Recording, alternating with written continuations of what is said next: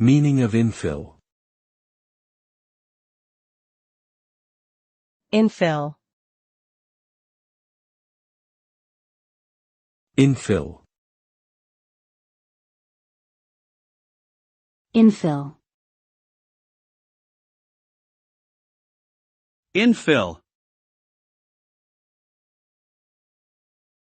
The term infill refers to the material that is used to fill the intersection of a 3D printed object, which provides structural support and stability to the print.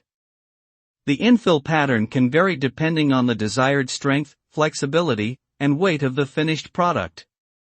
A higher infill percentage creates a stronger and more solid print, but also uses more material and takes longer to print.